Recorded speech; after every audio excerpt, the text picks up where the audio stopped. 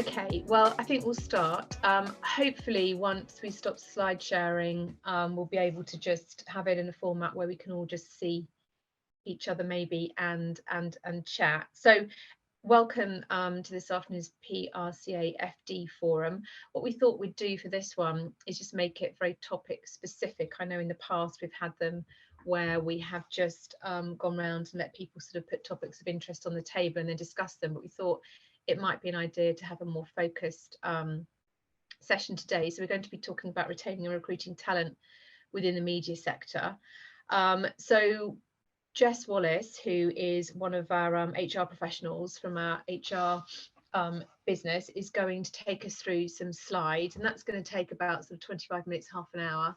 And then after that, what we'd really like is for it to be more interactive and you to ask questions. If you've got questions as we go along, then please do pop them in the Q&A function, on the basis that I don't think I can hear anybody. Pop them in the Q&A function and then I can put them to Jess as we go. So I'll hand over to you, Jess. We'll go through the slides and then we'll take it from there. Esther. So thanks everyone for joining today. So obviously we're here to talk about how to attract and retain talent. So I thought a good place to start today was just to have a quick look at the overview of the current UK market. So the good news is that all signs are currently showing that the UK labour market is continuing to recover after the impact of the pandemic over the past year and a half. And for the first time since records began, there were actually over 1 million vacancies in the UK between June and August 2021. And earlier this year, in between February and April time, we were actually completing salary benchmarking projects for some of our clients. And that was actually proven really difficult at that time because we couldn't really find many comparable live job listings. And at that time, I believe there was actually approximately 280,000 vacancies and live listings. So that just demonstrates to you how quickly that figure has grown in such a short amount of time.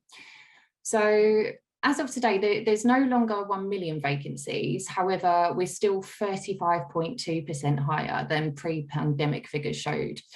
And as you can see from these slides, the number of UK employees on payroll has also increased just this month alone by 207,000, which has put us up to a total of 29.2 million employees on UK payroll as of September 21.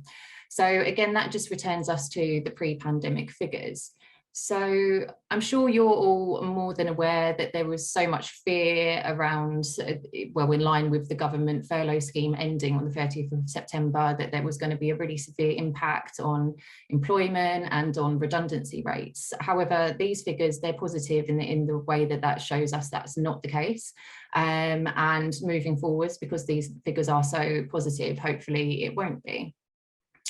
But where that leaves us and what we're here to discuss today, there's been a lot of surveys recently, and a Microsoft survey in particular showed, well, it was for over 30,000 global workers, and that showed that 41% of workers were actually considering quitting or changing professions completely this year. So there was a separate study of workers that focused on the UK and Ireland employees, and that actually showed that 38% of those who were surveyed planned on quitting their job in the next 6 months to a year. So it does seem that employees who have stayed on furlough and in their roles throughout the pandemic and all the uncertainty that brought, they could now be looking for a change. And so what you've probably heard of is particular commentators calling this the Great Resignation. So looking at in particularly how that impacts on the media sector. So I'm sure you're more than aware of the impact that the pandemic has had on your own business, but there's two particular areas that I want to highlight that relate back to what we're discussing today. So one area for concern, first of all, is more and more businesses are moving towards remote working, which is something I'm sure you've all heard of. So both job seekers and employees, they're no longer tied by geographic boundaries that limit their job opportunities. And this poses quite a big issue because rivalry, it's even further spread than it's been before. So your main competitors, they're no longer just those that are located nearby to you. So without positive branding and reputation, it could pose a potential issue to media businesses' ability to actually attract and retain talent. And secondly, the media industry, it very obviously calls for specialist roles that require a specific skill set. However, the issue is with the job market the way that it is at the moment, it's candidates that are in control, and being aware of the need and the requirement for their skill set in such a time, they're really taking advantage of the opportunity to be more demanding. Whether that's a permanent offer of employment or just a temporary contract for services, the new normal at the moment, it really seems to be that employees and workers are the ones who are setting out their payment expectations to the employer. Rather than the other way around, which obviously historically most of us have been used to. So that's just a couple of areas for consideration on both attraction and retention of talent. So it's not all businesses, it's not just the media industry that is struggling, it is all businesses that are currently struggling to fill their vacancies. So there's a number of reasons that's contributing towards this at the moment. So as always, there is a severe lack of suitable applicants for certain roles, particularly specialist roles. There's just not enough people at the moment who have the relevant training or criteria or skill set. There's also a reduced number of EU applicants for obvious reasons. So as Anjali has recently said, we're not sure that we really fully realise the impacts of Brexit. But there's also a lot of comments at the moment that it's going to be some time before we actually can assess what that impact is going to look like in the long run. There are obviously, from the stats that we went through at the beginning, there's an increased number of vacancies, but it's difficult to tell at this time whether these are brand new roles that have been created and new opportunities, or whether this is the actual amount of vacancies there currently are due to people leaving their jobs and they've just not been filled.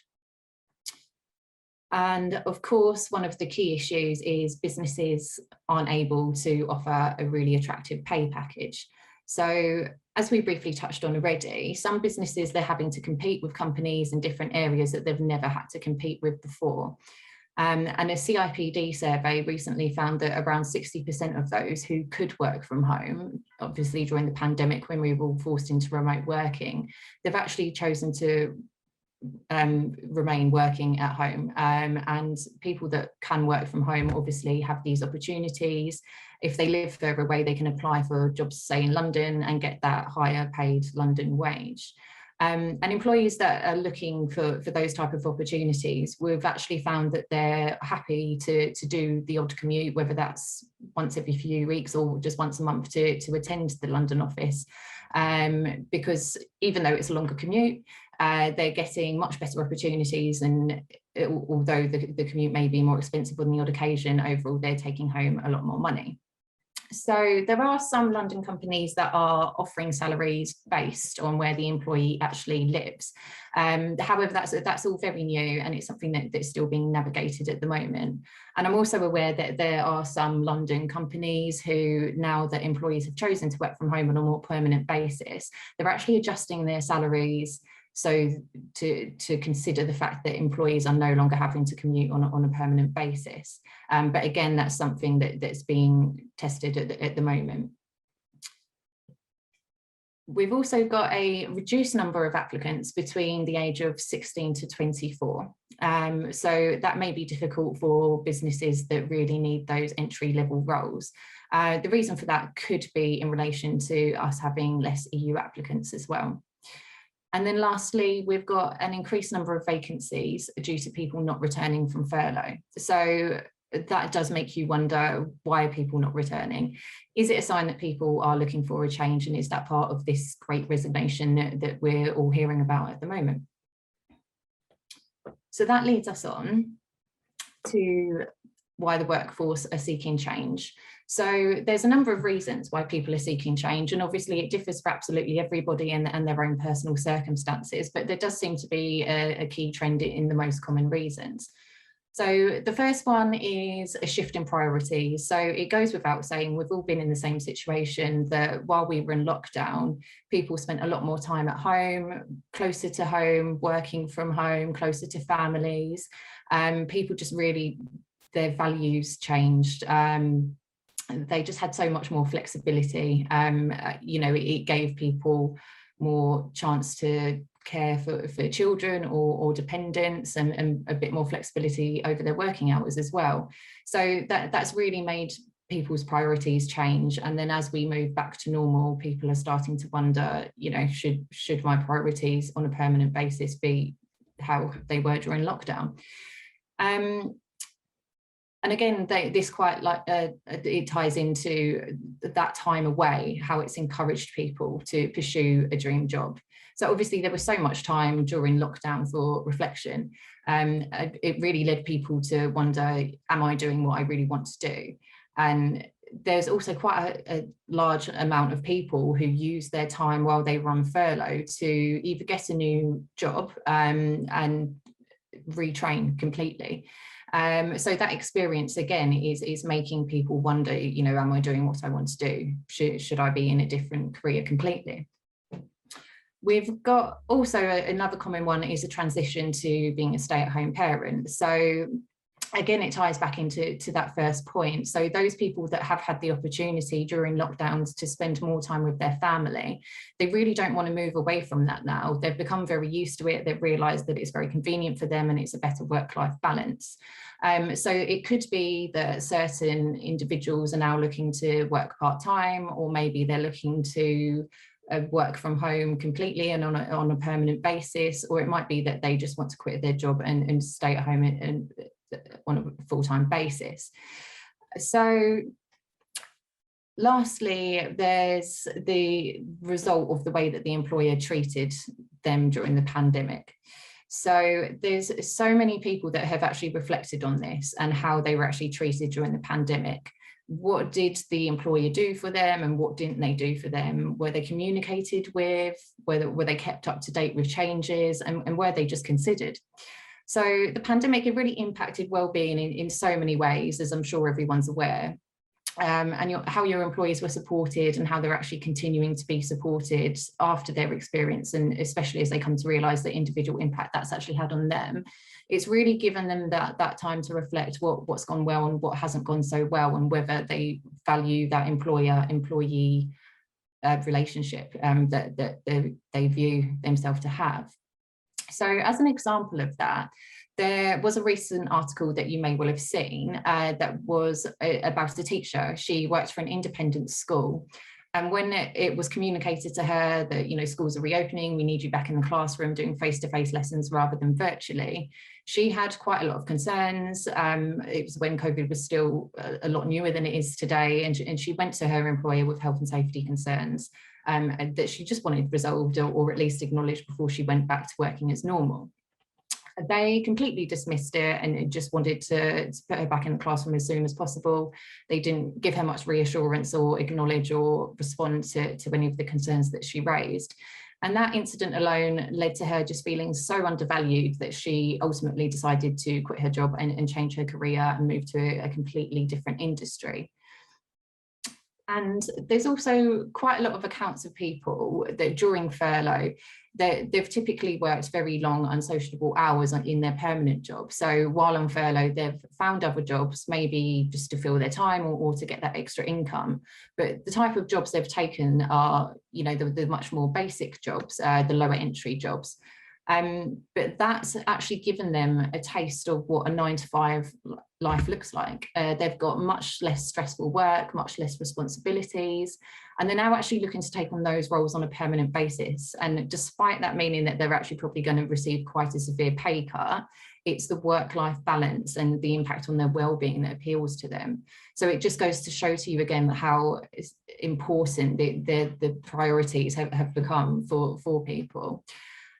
So Obviously, with long unsociable hours, it's something that can be quite common in the media sector. So it is something to bear in mind, as it could potentially impact you. So you could, if possible, look at something like a flexible and agile working approach. If it can be accommodated, it may be in your best interest to try and avoid that happening within your business. So that moves us on to the main point of today. So what exactly can be done to attract and retain talent within your business? So as we've touched on earlier, the employees and even candidates, they now have much higher expectations than ever from their employers. So it's really, really important that you think about exactly what you're offering to your employees. And not only that, but what makes your business a great place to work. And there's so much more to it than simply offering the highest salary that you possibly can. So I've set out a table of the key areas that will help to make you a great employer, an employer of choice, and will also help not just to attract talent to your business, but also to retain the current talent that you have. So starting with recruitment, it's a good idea to firstly just assess the basics and look at, are you advertising in the right places to reach the right candidates that actually possess the right skill set and the experience that you require? And are you making the most of the right platforms when you are looking at advertising and recruitment? So there's quite a few businesses that obviously stay with the old that they're used to. Sometimes it's just important to reassess that and make sure that your job adverts are reaching the right people and those that hold the right skill sets. But it's not just that. I think it's really important to pay attention to what happens following the recruitment stage. And I'd probably say that's even more important.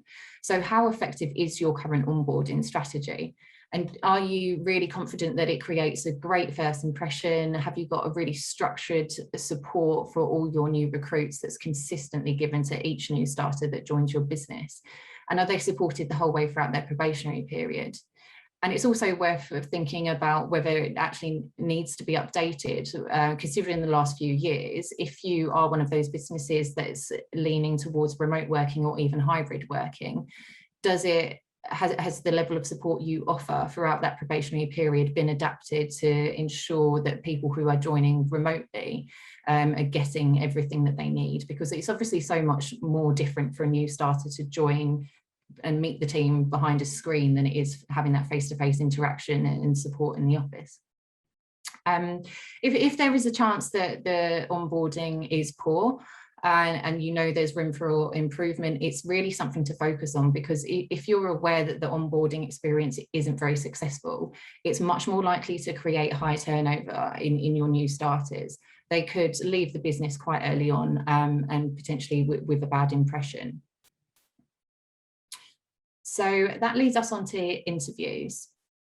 So have you adapted the process if you've moved to holding virtual interviews? Obviously, during lockdown, it's what most businesses had to do because face-to-face meetings weren't compliant with health and safety at the time. But the main focus here is, are you selling your business honestly during your interviews?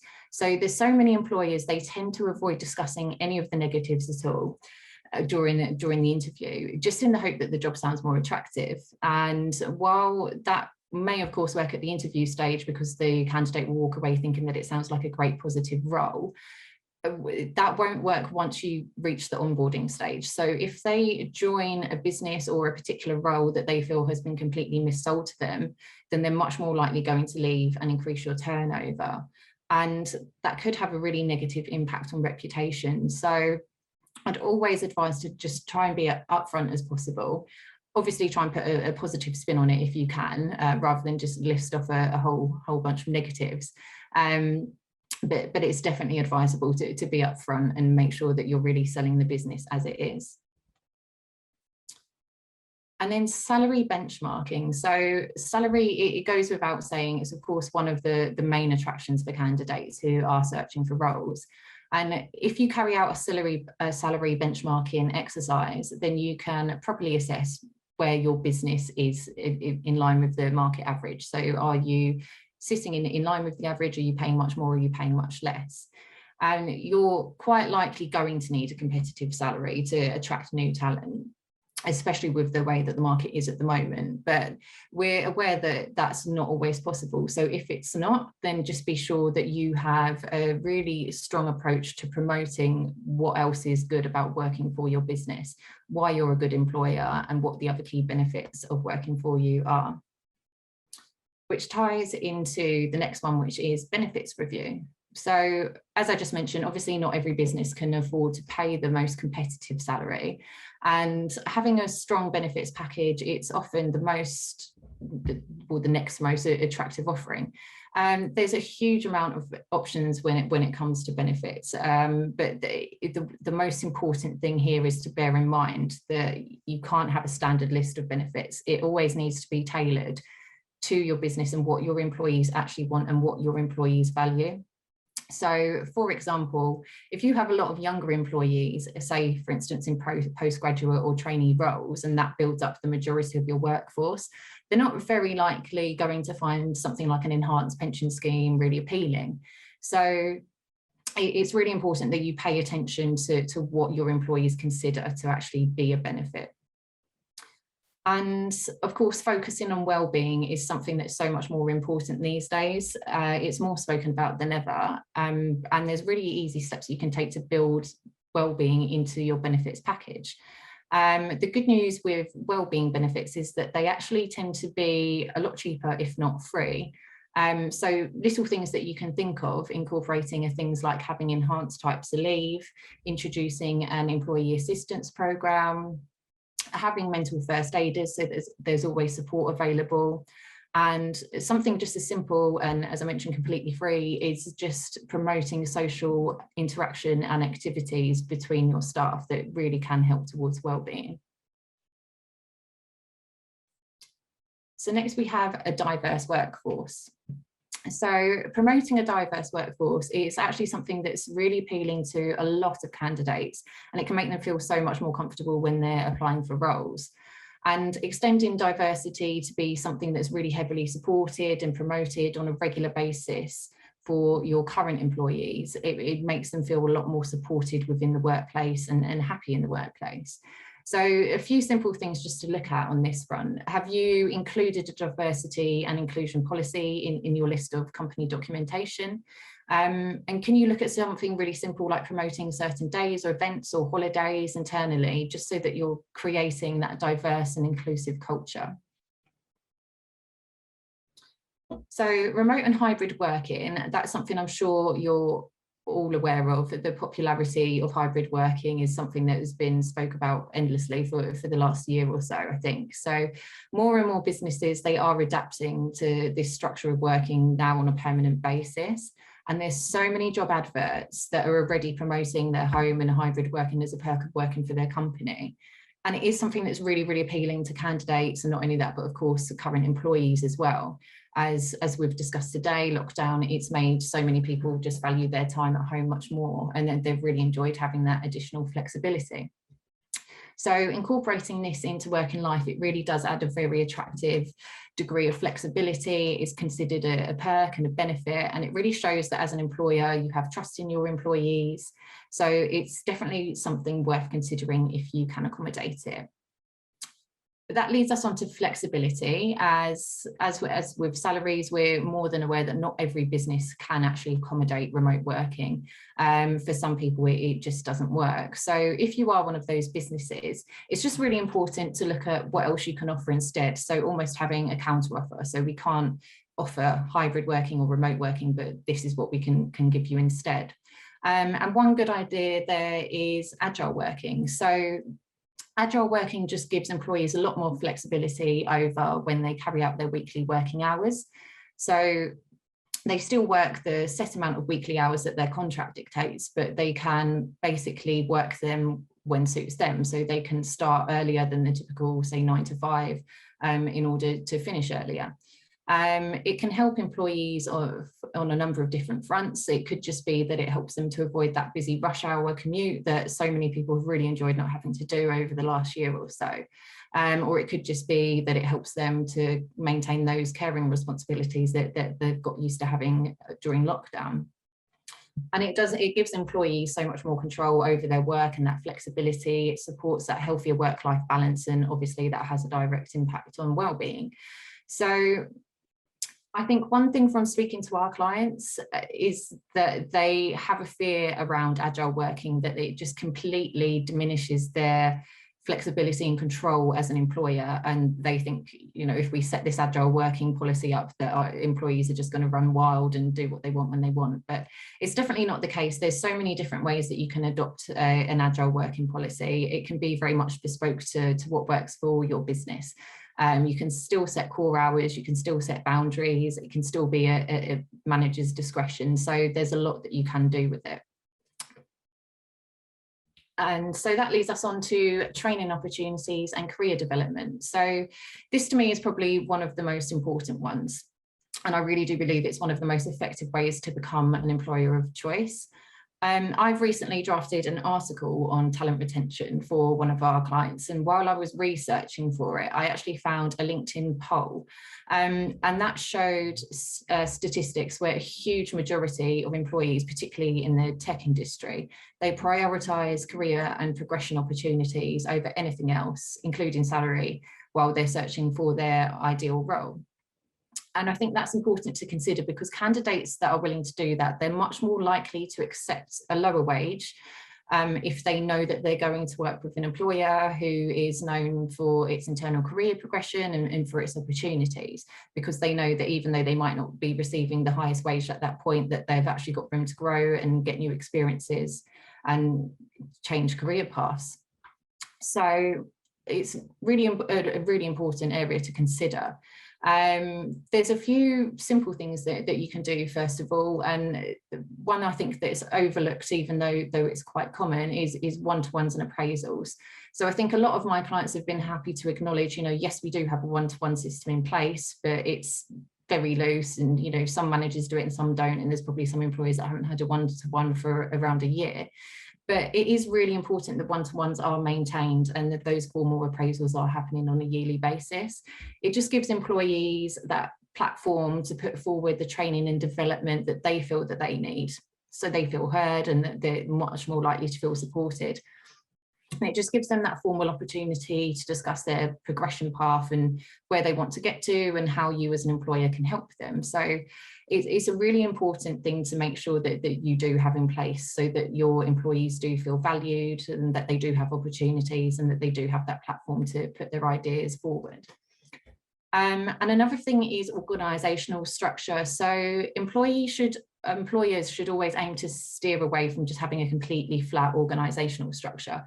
Even a sideways opportunity is better than nothing. So a formal structure review, it can really open up and identify a number of opportunities that you might not have even been aware that you had room for. So it's always a good idea, if you are aware that your structure is lacking those opportunities for your current staff. And then lastly, ongoing communication. So this is something that I think is really undervalued. Obviously, we've experienced so much change over the last few years, and a lot of negative feedback from employee surveys taken during the pandemic was all in relation to a complete lack of clear communication. So it's a really overlooked benefit, and probably something that most people don't even consider a benefit. But employees that are really well communicated with, they feel much more in the know and less worried about changes that are being made. So employees as well that have the opportunity to be able to respond and provide feedback to potential change, they're so much more likely to feel valued and engaged in the process. So I'd always recommend, you know, if you are looking to make a change, communicate your intentions first of all, and give employees that opportunity to give their feedback and have their say before you implement it on a permanent basis. So in conclusion, everything that we've gone through, really that boils down to you being considered as an employer of choice, and that's how you're going to attract and retain your top talent. So an employer of choice should be able to demonstrate that they have really strong career and progression opportunities. If possible, if you've already had some of those, share those success stories and really promote those to show that that is your brand and that is your culture. They should be able to show that they have a positive reputation and a strong employer brand, and no matter the size of the business, that's doable. Show that they can offer flexibility, support that healthy work-life balance that we spoke about, which of course ties directly into supporting well-being and having that as a priority. And lastly, offering that attractive benefits and total rewards package. So that's not just the salary, you can tailor it to your employees and just make sure that it's something that is valuable to them. So my top tip with this would be, don't recruit for leavers. If you focus on those areas we've discussed today as fixing your talent retention issues, first of all, that's going to lead to you having a very happy and very engaged workforce. So once that's been focused on and all those problem areas are resolved, then you can recruit people in, and that recruitment should be for growth. So if you're recruiting people into a happy workforce where everyone's engaged, then those people coming in are much more likely to also have that happy and engaged experience and stay, rather than quickly leave and look for opportunities elsewhere. So that's it from me with regards to the slides. I'll stop sharing. Super, thank you very much, Jess. So I haven't had anyone ask any questions, but obviously if you have got any particular questions, then please do pop them in the Q&A function. But I've got a couple of backup questions, just in case we didn't get any. So Jess, what's your opinion on bonuses being implemented as part of the benefits package?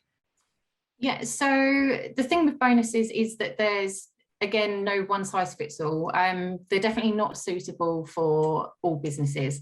They really need to be bespoke. They need to work for the business, its structure and its workforce. So if you are looking to maintain your current talent to begin with, and that's what you're focusing on, then you could sort of focus on something like introducing a retention bonus, and that's more likely to be worthwhile. And that type, it promises employees a bonus on the basis that the business as a whole hits its targets within, say, 12 months' time. So with a bonus of that nature, the pros, of course, are going to be that would help encourage employees who may be considering leaving actually stay for a further year. And if it's target related, then obviously during that year, they're also much likely to work really hard to hit those targets. But it does, of course, have the slight con that what that could be is just a slight delaying tactic. And that those employees are considering leaving, you know, they'll stay for 12 months, they'll take the bonus, and then resignations could very quickly follow closely after that bonus is actually paid out. So there's pros and cons. And what about the total benefits package? If we're looking to sort of tailor that to our staff and to what they actually want, what's the best way to go about actually getting some feedback on what they might want? I mean, historically, I probably would have recommended anonymous staff surveys, but after the last year or so, they seem to have been done to death, just because every employee seemed to want feedback from the staff and, you know, how things are handled during the pandemic. So I think they've probably become a bit more of an opportunity for employees to have that anonymous option to unleash all of their negative thoughts and their feelings. So a more engaging way that or route that you could take is setting up something really simple, just like employee focus groups. So in an employee focus group, employees are face-to-face in somewhere private, just like a meeting room. They're away from the presence of the manager or their leadership team, and they can just sit and talk and have a really open and honest conversation about what's really important to them. And one good thing about doing it that way is that employees are much more likely in that environment to come to a mutual agreement between all of them. They're likely to agree on a smaller list. I think the thing with surveys is, especially if you've got a larger workforce, you get so many varied results. It's really hard for the employer to then prioritise what to action and what not to action. You know, why should you act on one person's response and not another's? So with an employee focus group, if the employees feed that straight back to the management team, they give back that agreement that they will come to, is a much more constructive and positive way to get that feedback. So it's probably a good idea to focus on that.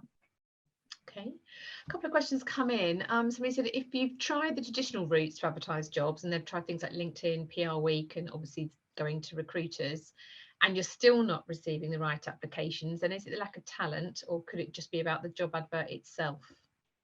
Yeah, it could be the job advert, it could be the job description, it could be anything. So it's really worth, I think, if you're struggling to advertise it and you're aware of it, is to get in touch. I mean, we offer something like a recruitment and an onboarding review where we can look at all of that for you. We can work on job descriptions, we can put together suitable job adverts for you. If the platforms that you're using don't work, of course you could explore other ones, but there's a huge amount of issues and potential resolutions. So it's always worth reaching out and seeing what can be done.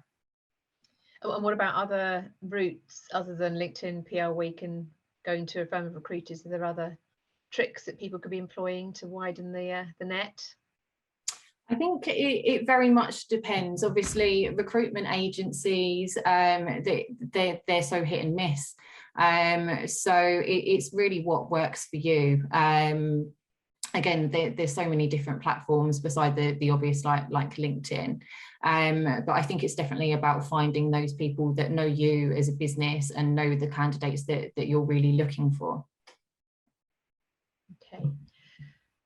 Sabbaticals. Would you recommend sabbaticals as a staff retention tool? Sabbaticals, I'm not sure it works as retention. I have had one client that's looked at doing that recently.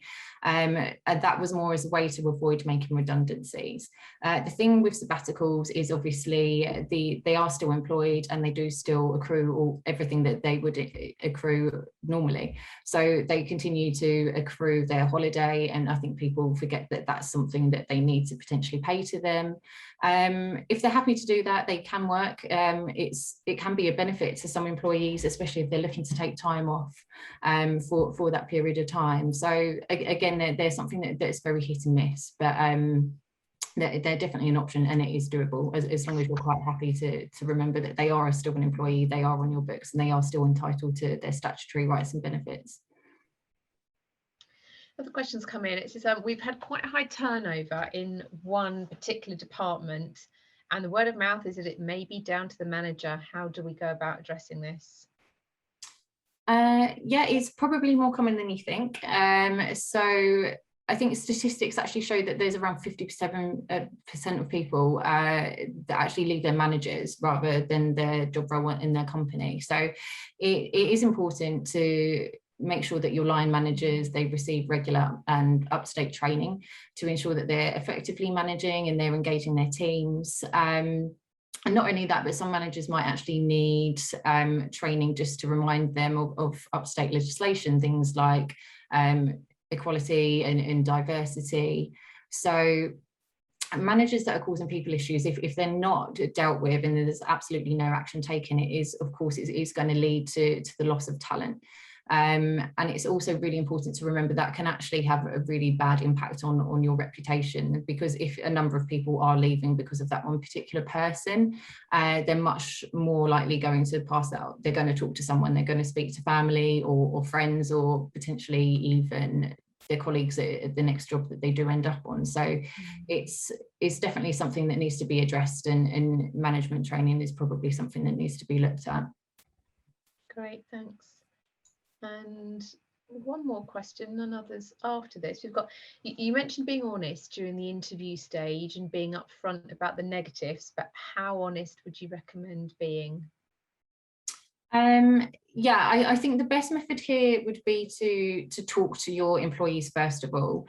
If you do that, then you're going to get a really good idea and really honest feedback on what's good about working here, what's not so great, and it's really going to reflect the actual working culture. I think it's also really important that you actually talk to the most recent starters in the business as well. So, you know, what difficulties did they have with the onboarding process or when they first joined? Were there things that really took a while just to get used to?